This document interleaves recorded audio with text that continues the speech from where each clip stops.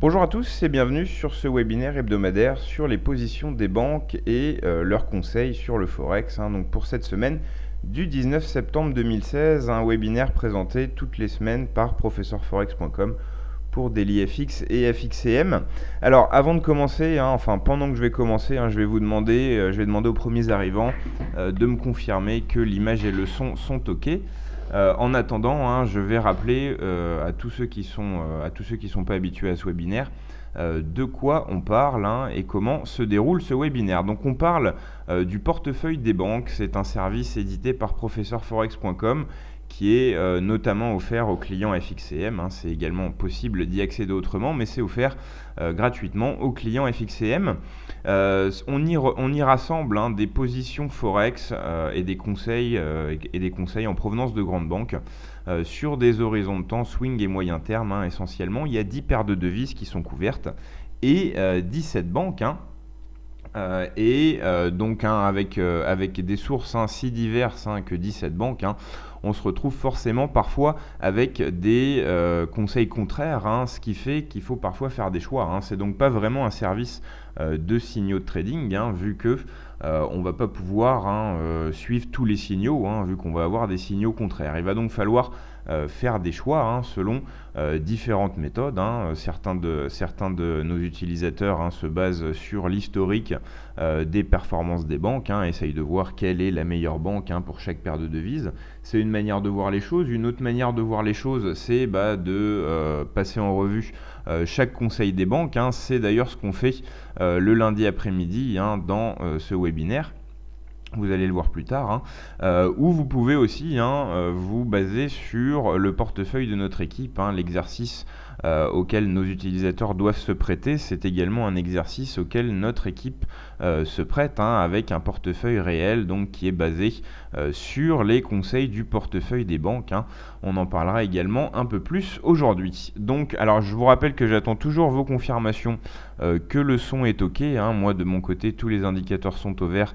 Donc ça devrait être bon. Je vais pouvoir poursuivre en rentrant tout de suite dans le vif du sujet. Alors je rappelle que tous les lundis à 16h, ce qu'on fait, c'est qu'on passe en revue l'intégralité du portefeuille des banques et qu'on voit en détail sur les graphiques les conseils les plus récents, c'est-à-dire les conseils qui sont rentrés dans le portefeuille après le webinaire de la semaine précédente. Nous étions le 12, donc tous les conseils antérieurs au 12, nous allons les voir plus en détail sur les graphiques. On voit qu'on a du nouveau sur euro-dollar. Les banques étaient hésitantes ces dernières semaines, il y avait peu de nouveaux conseils. Là, on a pu enregistrer un nouveau conseil vendredi et un nouveau conseil aujourd'hui, une position acheteuse et une position vendeuse. Je vous expliquais que parfois il faut faire des choix. C'est l'exemple typique. Les deux autres positions vendeuses qu'il y a dans le portefeuille sont des positions de long terme qui sont dans le portefeuille déjà depuis un moment, comme vous le voyez, depuis le 28 juin pour l'une et depuis le 8 juillet pour l'autre. En ce qui concerne GBP-USD, pas de nouveau, on a toujours les deux positions de long terme qu'on peut qualifier de positions post-Brexit. Pour le dollar-yen, on a une position enregistrée aujourd'hui d'une banque qu'on ne voit pas souvent apparaître dans le portefeuille d'ailleurs, de la part de RBS. Une position vendeuse, comme on va le voir, c'est peut-être une bonne idée, vu qu'on a la paire dollar-yen qui en baisse, tout du moins, sur la journée d'aujourd'hui. En ce qui concerne le dollar contre le franc suisse, on a également du nouveau avec une position vendeuse enregistrée vendredi, une position qu'on va donc avoir le temps de voir sur les graphiques. On va passer à la deuxième partie du portefeuille, les paires un peu moins majeures. Donc sur l'euro-yen, rien de nouveau. La position qu'on a en portefeuille date du 9 septembre. Pour le dollar contre le dollar canadien, on a une position qui a été enregistrée vendredi de la part de Crédit Suisse, une position vendeuse, une position de court terme qui vise un objectif au-dessus des 30, au-dessus des 1,30 à 1,3060. Pour NZD-USD, deux positions enregistrées aujourd'hui, encore une fois deux positions contraires, une position acheteuse et une position vendeuse. C'est pour ça que je vous explique qu'il faut voir le portefeuille des banques comme une source d'idées de trading par-dessus lesquelles vous devez faire votre propre analyse, plutôt que comme un service de conseil que vous allez suivre systématiquement. Voilà pour ces paires principales. Alors maintenant, Euro-GBP, pas de nouveau. Et AUD, NZD, hein, une paire qu'on a intégrée au portefeuille il n'y a pas très longtemps. Hein. AUD, NZD, une paire qui a une position acheteuse hein, depuis le 9 septembre. Hein, une position de Société Générale, une banque qui se fait parfois rare aussi dans le portefeuille. Alors on va maintenant passer sur les graphiques. Et on va donc passer en revue les positions les plus récentes. Ensuite, on passera aux positions en attente.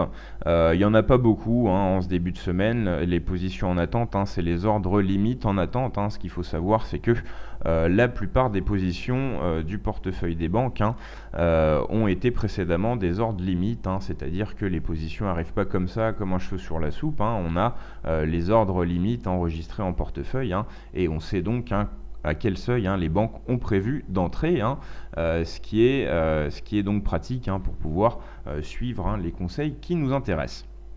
Alors on va donc passer sur les graphiques, comme je vous l'ai dit. On va commencer donc par les positions euro-dollar. Hein. Une petite minute. Voilà.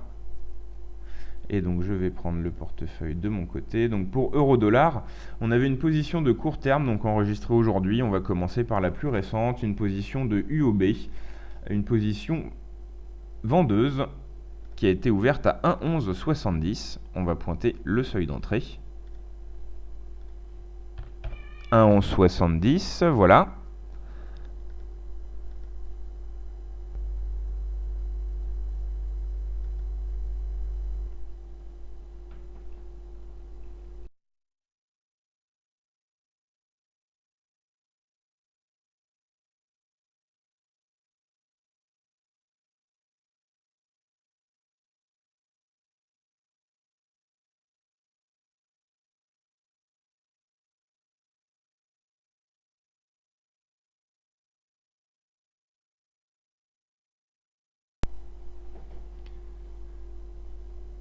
Alors certaines personnes m'ont fait part de problèmes de son, d'une coupure de son.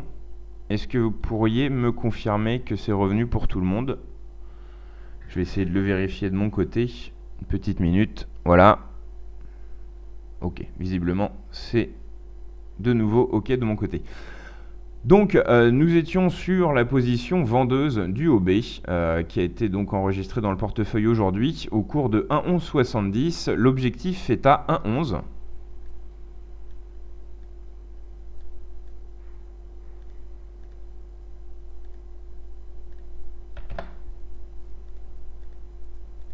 Et le stop est à 1,1240.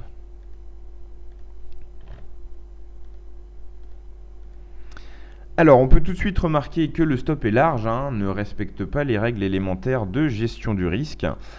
C'est une habitude hein, du OB qui lance des positions de court terme comme ça, avec des stops assez larges, hein, et qui les suit éventuellement ensuite hein, en mettant à jour le stop hein, ou l'objectif. Donc c'est une habitude hein, de la banque, hein, c'est pas forcément une bonne habitude, mais donc en tout cas pour l'instant la position est en perte latente, hein, vu que la vente a été ouverte à 1,1170 et qu'on est actuellement sur les 1,1181, hein, donc on ne sait pas trop hein, ce que ce rebond va devenir. Hein. On a des raisons effectivement de ne pas croire forcément à ce rebond haussier pour l'instant, bien que on ait aussi hein, un fort support, enfin un support intéressant sur les 1,1150.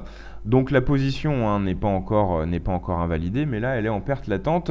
Qu'est-ce qu'on peut dire sur l'objectif des 1,11 ? 1,11 forcément seuil psychologique, mais pas forcément de justification graphique particulière hein, dans les évolutions récentes. On peut se demander hein, pourquoi on n'aurait pas limité hein, l'objectif à ce seuil hein, des 1,1122, à ce dernier plus bas récent. Hein. Ça aurait peut-être été moins risqué hein, que d'aller viser un seuil psychologique tel que les 1,11 hein, sur une position de court terme qui n'a pas été touchée depuis un moment maintenant. Hein. Donc voilà pour cette position de UOB. Donc pour l'instant, hein, une perte latente, hein, mais rien ne permet de dire, hein, tant qu'on n'est pas, d'après moi, repassé au-dessus des 1,12, hein, rien ne permet de dire, hein, qu'on ne va pas aller dans le bon sens finalement, hein, et se diriger vers l'objectif. La deuxième position sur euro-dollar, c'était à l'inverse une position acheteuse qui a été ouverte à 1,12.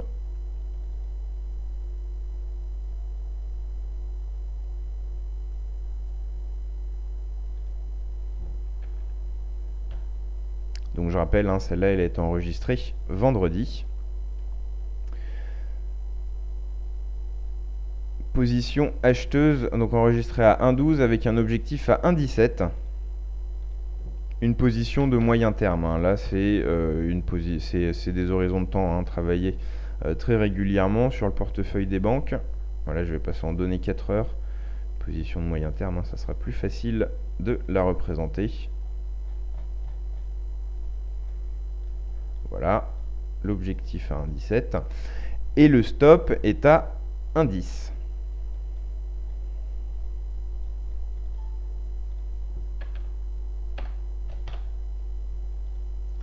Voilà. Donc là, hein, on a une position typique de moyen terme, hein. C'est une position dont l'objectif, hein, se compte en centaines de pips, hein.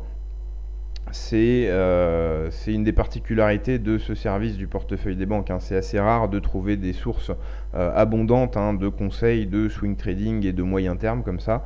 Ça répond donc, hein, à ce besoin, hein. Alors bien sûr, il faut, hein, par-dessus ces conseils, hein, effectuer sa propre analyse, mais c'est toujours très intéressant, hein, de pouvoir se baser sur quelque chose, hein, de ne pas être tout seul devant son graphique vierge, hein, d'avoir au moins une idée de trading, hein. Ça permet ensuite de générer vos propres idées, hein.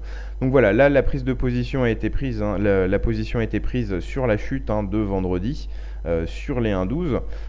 C'est une position acheteuse, hein, donc pour l'instant elle est en perte, mais donc on voit, hein, que là la banque elle parie clairement, hein, sur une remontée à moyen terme de l'euro-dollar. Alors je vais essayer, on va peut-être même passer en données journalières, hein.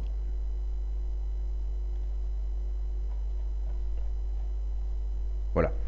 On voit que ce seuil des 1,17, hein, ça correspond à un sommet important qui date de août 2015, hein, il y a plus d'un an maintenant. Donc là, c'est vraiment quelque chose de significatif, hein, qu'anticipe la banque. C'est vraiment une prise de position importante. Je rappelle que la banque à l'origine de ce conseil, hein, c'est Morgan Stanley. Donc voilà, on peut en penser ce qu'on veut. C'est vrai que pour l'instant, on serait tenté, hein, de dire que les arguments baissiers pour l'euro-dollar sont plus nombreux que les arguments haussiers.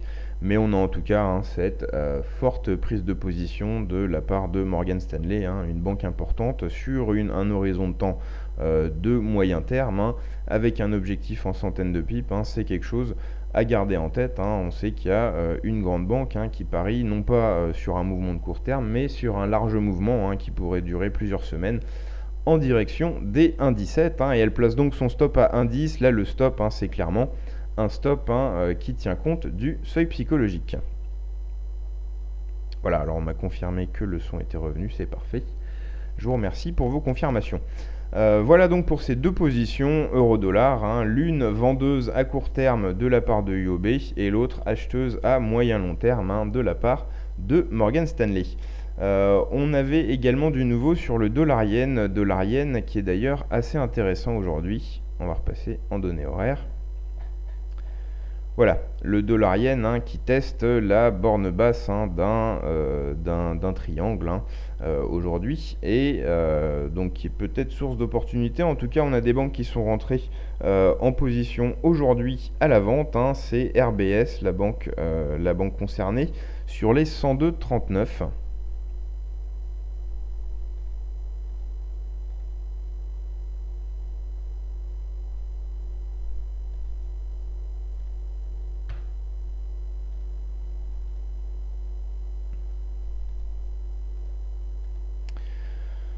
Voilà, donc une prise de position intéressante, hein, on l'a enregistré dans le portefeuille aujourd'hui, hein, mais c'est un ordre qui a été déclenché suite à une prise de position limite, hein, sur la journée de vendredi. Donc d'ailleurs, seuil d'entrée, hein, intéressant, seuil d'entrée intelligent et seuil d'entrée performant, hein, vu qu'on voit que la position a été ouverte, hein, presque sur le sommet de la journée, hein, donc bon timing. Et surtout, hein, pas de frayeur, vu que immédiatement après la prise de position, hein, la baisse s'est enclenchée. Alors, l'objectif est à 95, c'est une position de moyen terme, hein.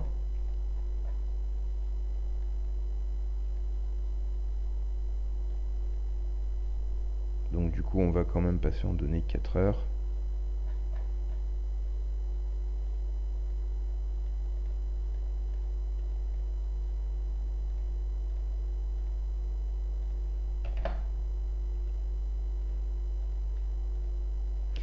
Et le stop, 105,20.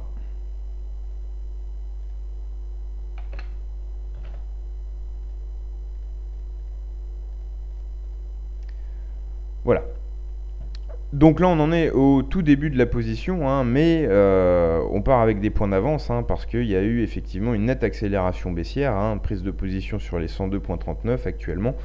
On est sur les 101,67, hein, donc déjà des gains intéressants, hein, pour cette position qui risque, hein, si elle se réalise, hein, de mettre plusieurs semaines à se réaliser. On voit en effet que là, c'est quand même un pari important que prend la banque, hein, vu qu'on voit que cette zone des 99,50, hein, voire même 98,80, hein, si on s'intéresse à ce creux, et puis aussi le seuil psychologique des 100, hein, tout ceci, ça forme une zone, hein, dont on peut croire, hein, qu'elle risque, hein, de poser problème au baissier, hein. Mais la banque, hein, vise quand même plus loin sur les 95. On va essayer de voir à quoi ça correspond, ce seuil des 95. Alors on voit que la dernière fois qu'on l'a touché, c'était en juin 2013, hein. Voilà, il correspond également à un sommet important de juin 2010. Donc un seuil, hein, qui a une justification graphique quand même, hein, même si ça fait longtemps, hein, qu'il n'a pas été visité. Que peut-on dire d'autre sur cette position? Au niveau du stop, hein, les 105,20, hein, ça se base sans doute sur une cassure du seuil psychologique des 105, hein. Donc voilà, hein, pour l'instant une position qui commence à bien se dérouler. Là, c'est typiquement le genre de position où on pourrait changer l'objectif, hein. On voit que là, c'est déjà bien parti, qu'il y a déjà des gains encaissés.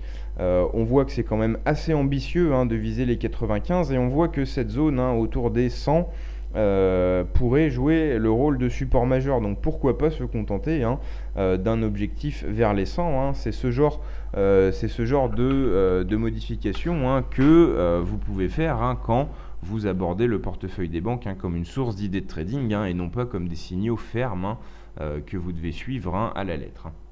C'est donc le travail, hein, que font aussi nos analystes, hein, dans le portefeuille réel, hein. On peut prendre des positions, hein, sur la base d'un conseil de banque, mais la clôturer, hein, sur la base de notre analyse à nous, hein. C'est aussi ce travail-là, hein, qu'on peut effectuer sur le portefeuille des banques, hein. Il y a différents niveaux, hein. On peut suivre, hein, plus ou moins précisément les conseils, hein, en fonction de son expérience, en fonction d'à quel point, hein, on veut se reposer, hein, sur ces conseils de banque, hein. Donc voilà pour le dollar-yen. La prochaine paire de devises que nous avions à voir plus en détail, c'est le dollar contre le franc suisse.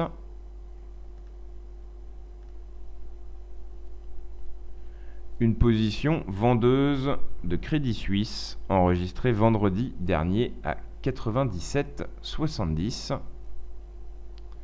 Une position de court terme, donc là on va pouvoir repasser en données horaires.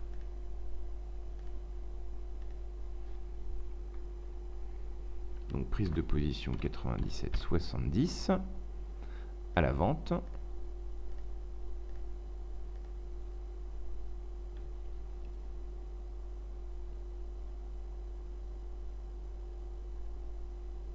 Le stop 98,20 il a été frôlé aujourd'hui.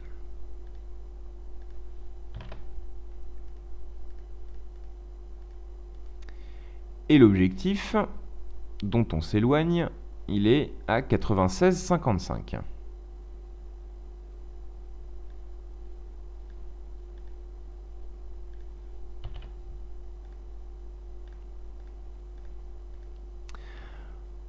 Voilà. Donc là, qu'est-ce qu'on peut dire sur cette position? Elle est en perte, mais on peut avouer que le stop avait été bien choisi, hein, parce qu'on a quand même marqué deux sommets qui n'ont pas, permis de toucher le stop.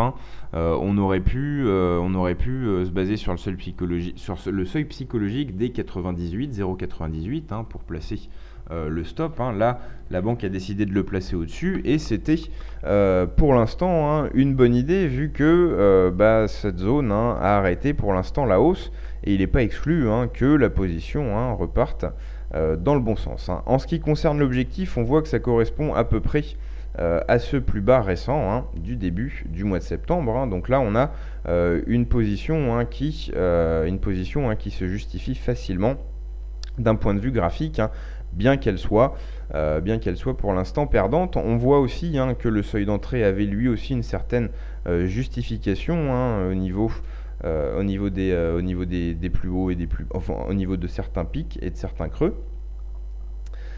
Voilà, donc maintenant c'est clair que c'est une position qui va devoir faire du chemin avant de nouveau être valable, mais c'est vrai que là le seuil qui avait été repéré comme stop par la banque a vraiment arrêté la hausse pour l'instant.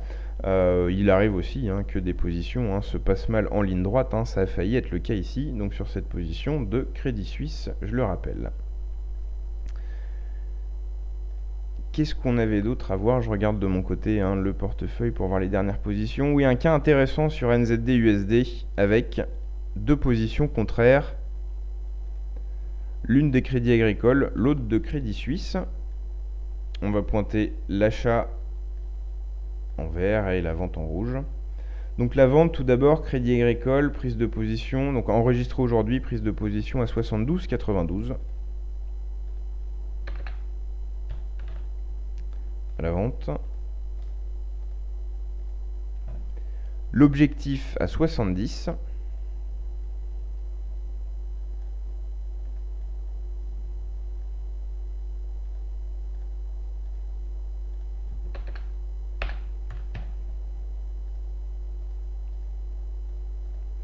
Et le stop à 74,85.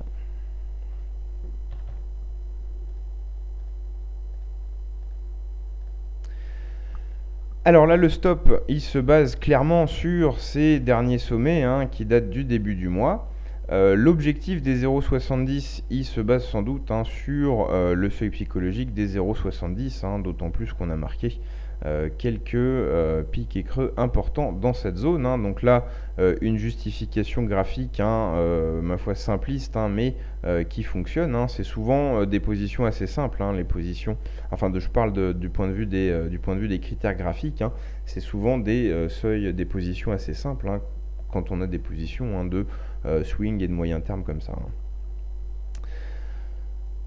Ensuite, l'autre position, c'est donc Crédit Suisse qui, elle, est à l'achat à partir des 72,60.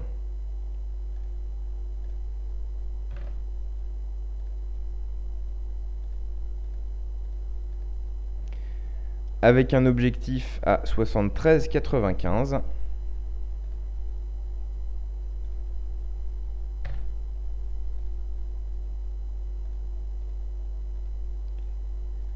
Et avec un stop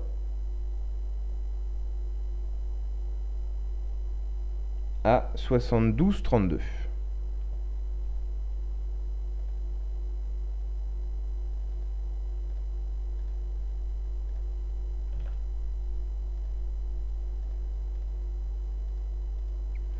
Voilà, alors ce qui est clair, c'est que le terme des deux positions n'est pas le même.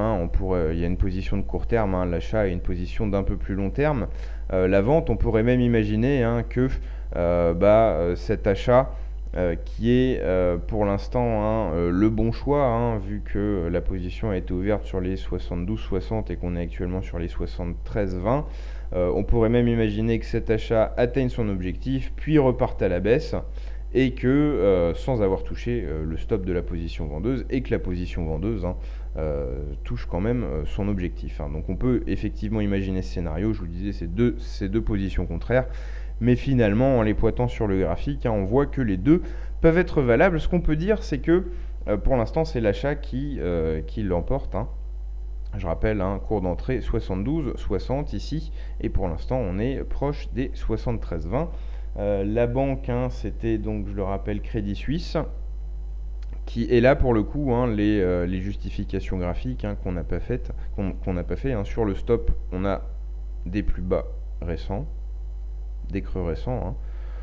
Donc à mon avis, ce sont ces creux qui sont à l'origine du choix de la banque. En ce qui concerne le seuil des 0,7395 qui est l'objectif, il est certainement lié au seuil psychologique des 0,74 et on voit aussi qu'il se passait des choses autour de ce seuil récemment, au début du mois de septembre. Donc une position, deux positions, que ce soit l'achat ou la vente, qui se justifient d'un point de vue graphique.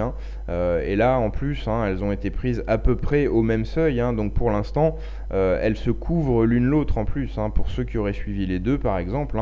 Là on a certes des pertes latentes sur la vente, mais on a des gains latents sur l'achat qui font plus que compenser d'ailleurs les pertes latentes pour l'instant. Donc ça pourrait tout à fait être un scénario en deux temps, avec premièrement une hausse qui fait se réaliser la position acheteuse de Crédit Suisse, et ensuite un retour vers la baisse qui permet de réaliser la position vendeuse de Crédit Agricole.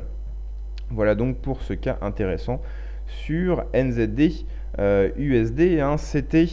C'était tout ce qu'on avait pour les nouvelles positions en cours. Il y en avait quand même pas mal. On va revenir sur le portefeuille simplement pour consulter les positions en attente. On n'en a aucune nouvelle.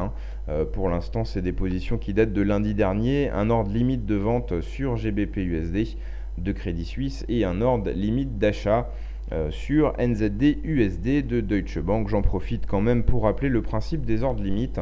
Un ordre limite de vente, c'est quand on attend que ça monte pour pouvoir vendre à meilleur compte. Et un ordre limite d'achat, c'est quand on attend que ça baisse jusqu'à un certain seuil où on se positionnera à l'achat. Donc voilà pour le portefeuille des banques dans sa totalité pour ce lundi 19 septembre. Ce qu'on va faire maintenant pour terminer, c'est qu'on va parler des performances de la semaine précédente. Au début de la diapositive, vous avez le portefeuille réel, comme on le voit. Si on fait le calcul, c'est... Alors attendez, je vous demande une petite minute, voilà. Je pense que tout le monde voit la diapositive maintenant. Donc voilà, donc là vous avez le portefeuille réel en haut, qui est donc les positions choisies par l'équipe Professeur Forex et gérées donc par notre équipe également. Il y a eu 123 pips d'encaissés la semaine précédente, donc sur une vente de GBP USD, 193 pips. Sur un achat d'AUD USD, une perte de 30 pips et une perte de 39 pips. Sur une vente d'USD CAD, des positions qui ont été coupées tôt. On le voit que l'achat sur GBP USD a duré toute la semaine, a été ouvert le lundi 12 et a été fermé le vendredi 16, tandis que les pertes ont duré 24 heures, c'est-à-dire que on a vite décidé que c'était des mauvaises idées.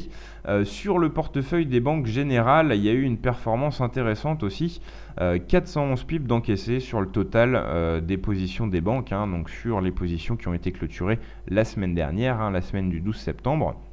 On a notamment Deutsche Bank qui a encaissé 324 pips, UOB 135 avec ses positions de court terme et Crédit Suisse qui en a perdu 48.